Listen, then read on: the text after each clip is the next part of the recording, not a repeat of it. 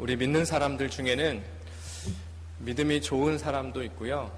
또 그러지 못한 사람들도 있죠. 여러분이 생각하실 때 믿음 좋은 사람 하면 어떤 사람일까요? 좀 떠오르는 사람이 있습니까? 믿음 좋은 사람 하면 떠오르는 이미지가 있으실 것 같기도 합니다.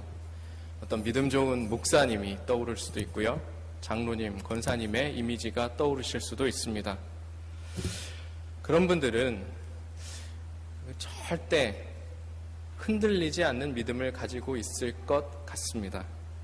깊은 신앙 체험을 하신 분들이기 때문에 어떤 상황이 닥쳐도 낙심하지 않으실 것 같은 느낌이 있습니다.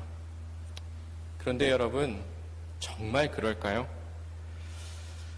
아무리 믿음 좋은 사람이라고 하더라도 왜 갈등이 없겠습니까? 왜 낙심이 없겠습니까?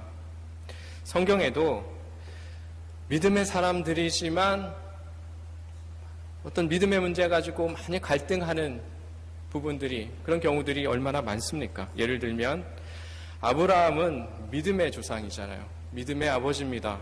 그런데 너는 복의 근원이 될 것이다 했던 하나님의 약속에도 불구하고 자꾸 그 약속을 잊어버리고 갈등합니다. 그래서 잘못된 선택을 하는 경우들도 왕왕 있었습니다. 이집트에서 하나님의 인도하심을 확신하지 못해서 사랑하는 아내를 누이라고 속여서 자기의 목숨을 부지하는 그런 부끄러운 선택을 한 적도 있었습니다. 또 너에게 아들을 주겠다 하셨던 그 하나님의 약속을 믿지 못해서 아내의 몸종과 동침해서 아들을 낳기도 했습니다. 엘리야도 그랬습니다. 갈멜산에서 이방 선지자들과 겨뤄 큰 승리를 거둔 정말 믿음의 사람인데도 불구하고 왕비 이세벨이 죽이겠다고 협박하고 달려오니까 깊이 좌절을 합니다. 그리고 나무 밑에서 죽겠다고 작정하기까지 합니다. 종교개혁자 중에 정말 가장 냉철하고 힘있게 종교개혁을 밀어붙인 사람 하면 마틴 루터입니다. 그렇게 힘있게 개혁을 추진했던 마틴 루터도 홀로 카톨릭 세력과 맞서 싸우다가 지치면 눈물을 보일 때도 많았다고 하고요. 그렇게 나약해진 모습이 노출되는 경우들도 많았다고 합니다. 어느 날 마틴 루터의 아내가 상복을 입고 나왔습니다. 마틴 루터가 누가 죽었냐, 어디 장례식 있냐 물었을 때 이 아내가 하나님이 죽었습니다. 그렇게 대답하더라는 거예요. 황당한 그 마틴 루터가 이게 말이 되냐, 이게 무슨 뜻이냐 물었을 때 이 아내는 이렇게 대답하더라는 것입니다.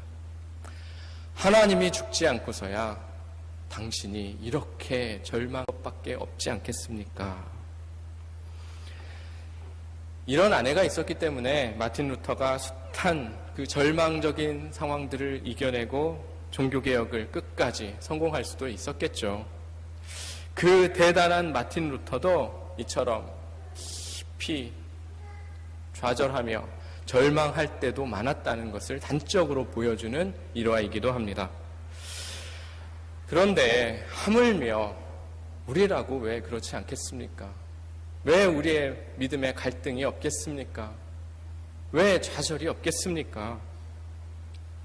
우리의 마음속에 이런 믿음의 갈등이 있을 수 있다는 것 여러분 인정하고 시작하셔야 됩니다. 마음에 갈등이 있다고 믿음이 약간 흔들린다고 실패했다고 먼저 좌절하고 낙심해서는 안 되겠습니다.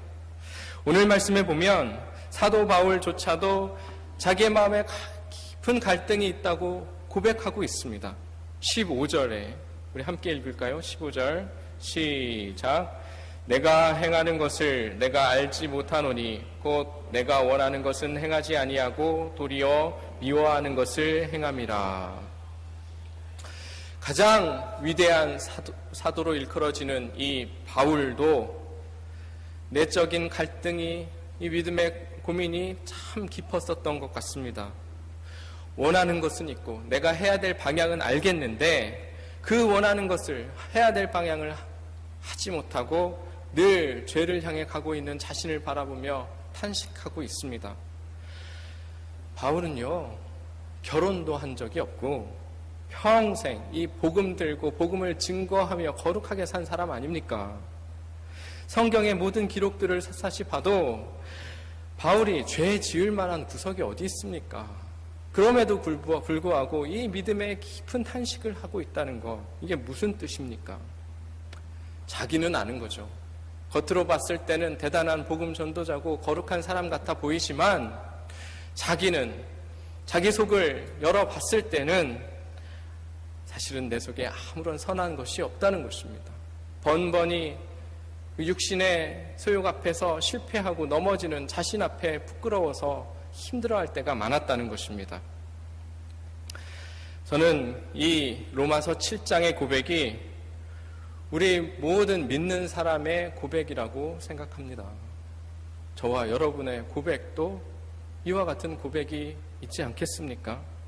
우리가 보기에 대단히 경건해 보이는 사람들이 있고요, 능력이 있는 사람들도 있어 보이지만 사실은 그 사람들도 뚜껑을 열어보면 다 똑같은 죄인이고 깊은 실패와 고민들이 있는 사람들입니다.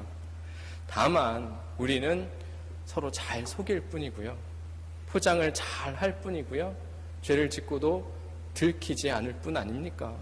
걸리지 않을 뿐 아닙니까? 그래서 이 로마서 7장의 고백은 그 사람으로 인하여 다른 사람을 정죄하지 못하게 만듭니다. 이 믿음의 고백이, 이 7장의 고백이 있는 사람은 누굴 향해 정죄할 수가 없어요. 본인이 깊은 죄인에 대한 인식이 있고 고백이 있는데 누굴 죄인이라고 탓하고 정죄하겠습니까? 나는 이렇게 항상 문제와 고민이 많은데 다만 우리가 기회가 없을 뿐이죠. 다만 우리가 고민이 없을 뿐이고 용기가 없을 뿐이죠. 다만 우리에게 환경과 여건이 안 돼서 그렇죠. 누구라도 기회만 되면 히틀러가 될 것이고요, 누구라도 기회가 되면 김일성 같이, 아니 그것보다도 더 할 사람이 우리 중에 있을 겁니다. 그러므로 여러분, 우리 주변에 믿음 좋은 사람들, 신앙도 좋고 평안해 보이는 사람들 보면서 상대적으로 좌절할 필요 없습니다. 다 똑같습니다. 아니 나는 이렇게 고민이 많고 이렇게 믿음이 형편없는데 저 사람은 참 대단해, 저 사람은 항상 은혜가 충만하고 저 사람은 입만 열면 찬양이 나오고 어떻게 저럴 수 있지? 조금의 시험 당한다 싶다가도 금방 일어서고, 참 저런 사람이 믿음의 사람이지 나는 안 돼. 여러분, 그렇게 좌절할 필요 없습니다. 절망할 필요 없습니다.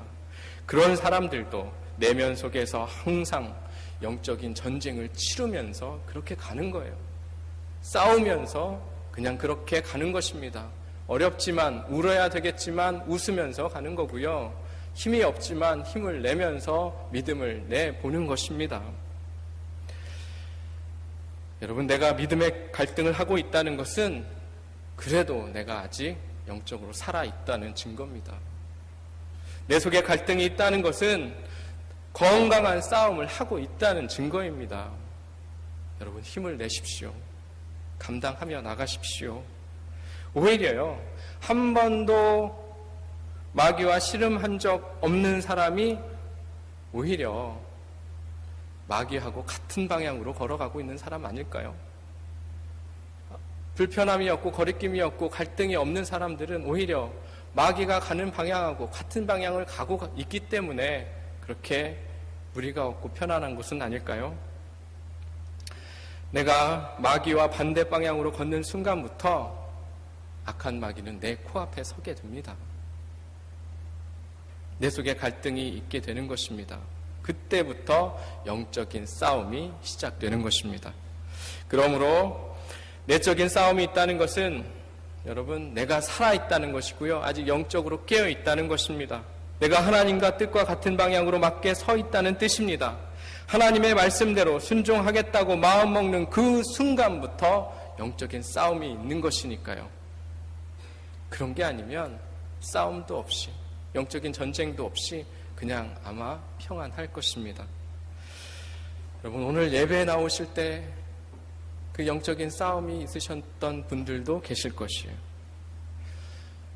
예배 나오려고 하니까 더 유독 피곤하게 느껴지지 않으셨습니까? 더 졸리게 느껴지시지 않으셨습니까? 유난히 예배만 나오겠다 작정하면 남편하고 아내하고 더 안 좋아져요. 싸우게도 되고 자식들하고 또 부모님하고 또 이렇게 마찰이 생기고 유독 실갱이를 하게 되고 그렇습니다. 특별히 새벽 기도에 대해서는 더 심하죠. 저는 새벽 기도 때문에 알람 시계를 몇 개를 깨먹었는지 모릅니다. 그만큼 실갱이를 한 거죠. 하지만 절대로 나는 새벽 기도, 내 인생에는 새벽 기도 없어. 이렇게 생각하는 사람은 전혀 그런 갈등 없습니다. 그런 내적인 싸움이 없습니다. 새벽에 괴로워할 필요가 없습니다. 하지만 언제부터 전쟁이 시작돼요? 내가 새벽을 깨우는 사람이 되겠다. 내가 내 체질을 바꿔보겠다. 라고 선언하고 결단할 때 그런 갈등과 싸움이 시작되는 것 아니겠습니까? 저녁부터 싸움이 시작되죠. 조금이라도 일찍 잡으려고 그렇게 싸움을 하게 되고요. 어떻게 알람 시계도 몇 개 한번 먹어보기도 하고 기도 끝나고 하루 종일 수면 부족과도 씨름해 보기도 하고 그렇게 하면서 하루 전체가 싸움판이 되는 것 아니겠습니까? 사랑하는 여러분, 예수 믿는다는 것은 내 안에 이런 믿음의 갈등이 있다는 것도 뜻하는 것입니다. 그것은 마귀의 세력과 하나님 세력과의 갈등이고요. 둘이 싸워서 하나님 세력이, 하나님의 영이 계속 이길 수 있도록 씨름해보고 발버둥 치는 것이 우리 신앙의 모습입니다. 그 싸움을 이기는 가장 좋은 방법 무엇일까요? 저는 정면으로 돌파하는 방법이 최고라고 생각합니다. 정면 승부입니다. 제가 대학 신입생 시절에 여러분들도 경험해 보셨는지 모르겠지만 사발식이라는 게 있었습니다. 커다란 그 냉면 사발에 막걸리 반, 소주 반, 후라이드 반, 양념 반이 아니라 소주 반, 막걸리 반 가득 채웁니다. 그리고 다 학과 모두가 지켜보는 중에 다 마셔야 됩니다. 누구도 예외 없습니다. 선배들이 노려보고 있기 때문에 분위기도 무섭습니다. 또 당시 저는 이제는 제가 성인이 됐으니까 할 수 있는 것은 좀 경험을 해봐야 되겠다라는 생각을 갖고 있었습니다. 고등학교 때까지는 모범생으로 살았기 때문에 이제는 좀 경험을 해보자라는 생각을 했습니다. 세상이 궁금하기도 했습니다. 그래서 사발을 받아 들고 제 차례가 왔을 때 시원하게 한 사발을 마셨습니다. 그런데 제 뒤 차례에 있던 친구 중에 하나가 사발을 들고 서더니 이렇게 말을 하는 것입니다. 저는 기독교 신앙을 가지고 있는 사람입니다. 그래서 술을 마실 수가 없습니다. 그러나 선배님들이 주신 이 사발을 거절할 마음도 없습니다. 그래서 저는 이것을 마시는 대신에 머리에 붓겠습니다. 그리고는 조금의 망설임도 없이 머리에 부어버렸습니다.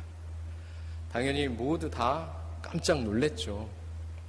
그 후에 저도 그 친구도 크리스찬으로서 그 과에 술을 강요하는 분위기 속에서 대학 생활을 해야 됐겠죠. 그것은 똑같았지만 저와 그 친구의 행동에는 많은 차이가 있었습니다. 저는 가급적이면 술자리를 피하려고 했고요. 또 이따금씩 거기에 참석을 하더라도 번번이 술을 마시지 않기 위해서 실갱이를 해야만 했습니다. 하지만 그 친구는 모든 모임 다 쫓아다니면서 다 참석하면서 당당하게 사이다를 마실 수가 있었습니다. 누구 하나 그 친구를 비난하는 사람 없었고요. 오히려 먼저 사이다를 주문해주고 챙겨주는 분위기도 생겼습니다. 저는 그 친구에게 배운 것을 군대에서 똑같이 써먹었습니다. 군대에서도요, 부대에 처음 배치를 받으면 사발식이 있었습니다. 저는 그 친구가 했던 것처럼 멋있게 부으려고 했습니다. 그런데 그 친구 때하고 반응이 완전히 달랐습니다. 아니 그걸 안 먹으면 말지 왜 그 아까운 걸 버리냐고 하면서 저는 매우 혼났습니다. 나중에 알았는데 군대에서 술이라는 것은 매우 소중한 존재거든요. 귀하거든요. 그래서 정말 많이 혼났습니다. 하지만 그 대신에 인정은 받았습니다.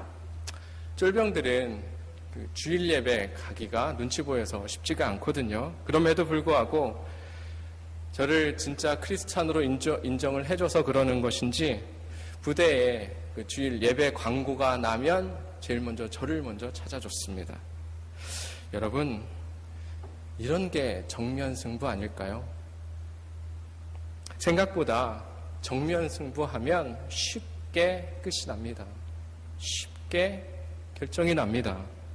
우리 생각에는 오랜 시간을 갖고 사람들의 인식을 바꾸어야 될 것 같은데 정면으로 부딪힐 때 오히려 더 오래 걸리지 않습니다.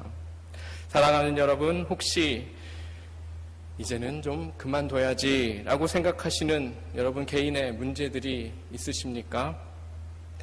여러분 기도하시면서 한번 부딪혀 보십시오.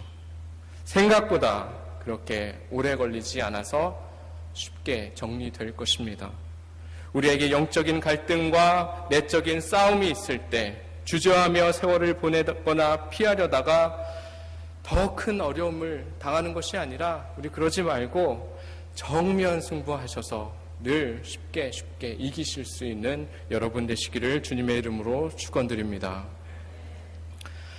성경에도요, 이 정면 승부를 해야 되는데 정면 승부를 하지 않아서 오래 고생한 사람들이 나옵니다. 출애굽할 때 이스라엘 백성들이 그랬습니다. 신명기에는 이집트에서 가나안까지의 거리가 10하루길이라고 했습니다. 열심히 걸어가면 10하루면 도달하는 거리가 이집트에서 가나안까지의 거리였습니다. 그런데 이스라엘 백성들이 이집트를 출발해서 가나안에 입성할 때까지 얼마나 걸렸습니까? 실제로 얼마나 걸렸습니까? 40년이 걸렸습니다. 왜 그랬습니까? 정면 승부를 하지 않고 피했기 때문입니다. 12명의 정탐꾼을 보냈을 때 그들은 잔뜩 겁을 먹고 가나안 사람들, 저 사람들은 거인인데 우리는 거기에 비하면 메뚜기입니다. 그리고서는 겁에 질려서 광야를 한 바퀴 돌고 또 돌고 또 돌고 그러기를 반복해서 40년의 시간이 흘러간 거 아니겠습니까? 부딪혀보면 할 수 있는 일인데 피해가다가 그렇게 됐던 것입니다. 정면 승부하는 하나님의 사람들은 10하루면 끝날 일을 자꾸 타협하고 우회하고 회피하고 도망가니까 40년이나 걸렸습니다. 사랑하는 여러분, 우리의 인생도 똑같습니다. 어떤 사람은 믿은 지 얼마 되지 않았는데 금방 진도가 빠릅니다. 앞서 나갑니다. 어느새 여리고섬 정령했고요. 갈렙과 같이 헤브론 땅 붙들고 이 산지를 내게 주십시오 하면서 믿음의 영토들을 계속 늘려나갑니다. 여호수아 14장에 나오는 일들이 그 사람은 진도가 빨라서 한 출애굽기 3장에서 벌써 끝나버리는 사람들이 있습니다. 정면 승부하면서 지름길로 가는 사람들입니다. 사랑하는 여러분, 여러분의 남은 삶이 이처럼 지름길로 가시는 은혜가 있기를 주님의 이름으로 축원드립니다. 한 가지를 더 살펴보고 말씀 맺기를 원합니다. 24절 말씀 우리 같이 읽을까요? 24절 말씀 시작. 오라, 나는 곤고한 사람이로다. 이 사망의 몸에서 누가 나를 건져내랴. 바울이 은혜의 밝은 빛으로 들어갔더니 자기 안에 있는 죄의 성을 깊이 느끼게 되는 것입니다. 그러며 쏟아놓는 탄식입니다. 여러분, 이것은 아주 소중한 탄식이에요. 이 과정이 필요합니다. 이 탄식이 있었기에 그는 사망의 몸으로는 안 되는구나, 이 사망의 몸과 싸우기 위해서는 내 힘으로는 안 되는구나 하면서 더 성령을 붙들고 성령의 능력을 구할 수 있었던 것입니다. 사랑하는 여러분, 우리에게도 이 탄식의 과정이 있기를 바랍니다. 내가 곤고한 사람인지를 한번 절감해 보십시오. 느껴보십시오. 내가 사망의 몸에 있는 줄 느껴보십시오. 내 힘으로 되지 않는 이 육신의 문제, 여러분의 힘으로 실갱이 하지 마시고 성령께서 부어주시는 성령의 능력 더 깊이 붙드심으로 이겨내셔야 됩니다. 우리는 그동안 육신의 요구에 얼마나 잘 응해왔습니까? 육신이 잠을 원하면 잠을 주고, 육신이 재미를 원하면 재미를 쫓아다니며 살아왔습니다. 그러나 여러분, 그동안 그렇게 육신이 원하는 것들을 잘 해줘서 여러분 어떠셨습니까? 그 결과가 어떠셨습니까? 자랑할 만하십니까? 오늘 본문 13절 말씀입니다. 육신에게 져서 육신대로 살 것이 아니니라. 너희가 육신대로 살면 반드시 죽을 것이로되 영으로서 몸의 행실을 죽이면 살리니. 사랑하는 여러분, 육신대로 살면 반드시 죽는다고 하십니다. 그러기 위해서 사도 바울은 뭐라고까지 고백을 하냐면 내 몸을 쳐서 복종시킨다고 했습니다. 내 몸을 쳐서라도 내 몸을 복종시켜서 내 몸을 죽이지 않으면 내가 죽기 때문에 그렇게 되는 것입니다. 여러분은 지금까지 여러분의 신앙을 어떻게 지탱해 오셨습니까? 이따금씩 부흥회나 수련회를 통해서 은혜 체험해 보셨을 것입니다. 마음에 뜨거움이 있으셨을 것이고 마치 천국을 사는 것과 같은 기쁨도 체험해 보셨을 것입니다. 그러나 여러분, 그 기쁨과 감격이 오래 가던가요? 오래 유지되던가요? 그렇게 오래지 않아서 그 기쁨은 옅어집니다. 다시 밋밋한 마음으로 금세 돌아갑니다. 그리고 교회를 영혼 없이 왔다 갔다 하는 경우들 여러분 체험해 보셨습니까? 그러다가 또다시 어떤 부흥회나 수련회 같은 특별한 기회에 다시금 잠시나마 뜨거움을 맛보게도 됩니다. 이것 반복하면서 여지껏 오셨습니까? 그러나 이것조차 안 되는 사람 중에는 지치고 지쳐서 영적으로 허덕여서 포기하는 경우들도 생깁니다. 믿음을 포기하는 것입니다.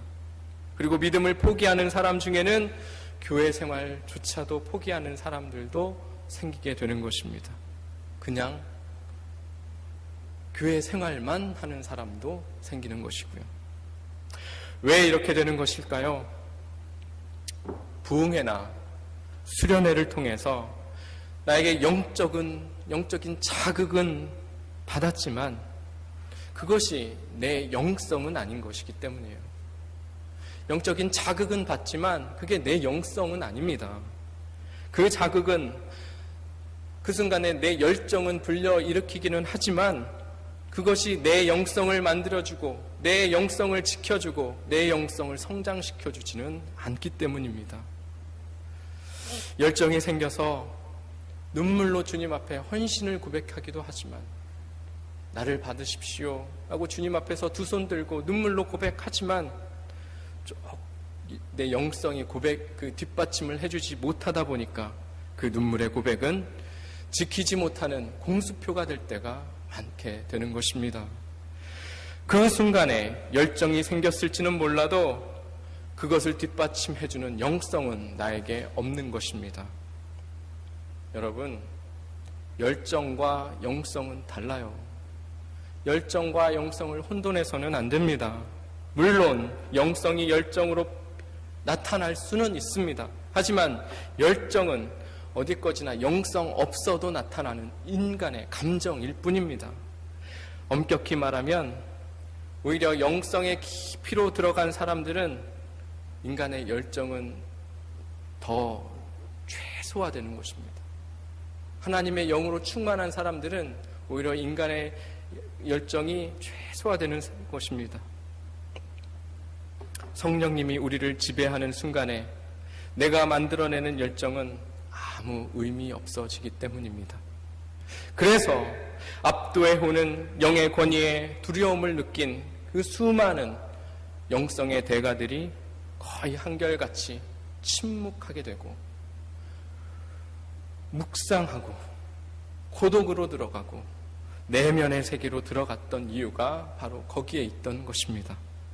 개인의 열정은 최소화되었고 성령으로 채워진 영성이 극대화되고 최대화된 결과가 바로 그런 대영성가들의 모습이었습니다. 사랑하는 여러분, 그러므로 우리가 순간의 열정에 속지 마시고 꾸준히 여러분 내면의 영성을 개발하고 성장시켜 나가고 힘써 그것들을 지켜나가는데 힘써야 되는 것입니다. 사랑하는 여러분, 여러분 지금의 신앙의 모습은 어떠십니까? 여러분의 영성은 어떻습니까? 힘드십니까? 무기력하지는 않으십니까? 왜 그렇습니까? 혹시 내 안에 그 영적인 치열함과 싸움이 없기 때문은 아닙니까? 우리 안에 성령님과 더불어 육신의 소욕들과 싸워야 내 영성이 지켜지고 내가 힘을 갖게 되는데 그 싸움은 없고 육신이 끌고 가는 대로 질질 끌려가도록 내가 구경만 하고 있기 때문에 지금 이 상태 아닙니까? 사랑하는 여러분, 담대히 정면으로 맞서 싸워나가실 수 있는 여러분 되실 수 있기를 바랍니다. 육신이 끌고 가도록 내버려 두지 마시고 한번 성령의 힘에 의지하여서 싸워나가실 수 있는 여러분 되실 수 있기를 바랍니다. 그러면 주님이 앞서서 여러분 앞에서 싸워 주실 것입니다. 힘써 싸워 몸의 행실을 죽여나갈 때 우리의 영혼은 오히려 건강해지고 강하여지고 힘이 생길 것입니다. 이제 한 주간을 사시며 몸의 행실과 여러분 잘 싸우셔서 영혼이 다시 힘을 얻고 여러분에게 영혼의 기쁨이 회복되고 그렇게 천국의 삶을 살아나가실 수 있는 여러분 되시기를 주님의 이름으로 축원드립니다. 우리 찬양하시는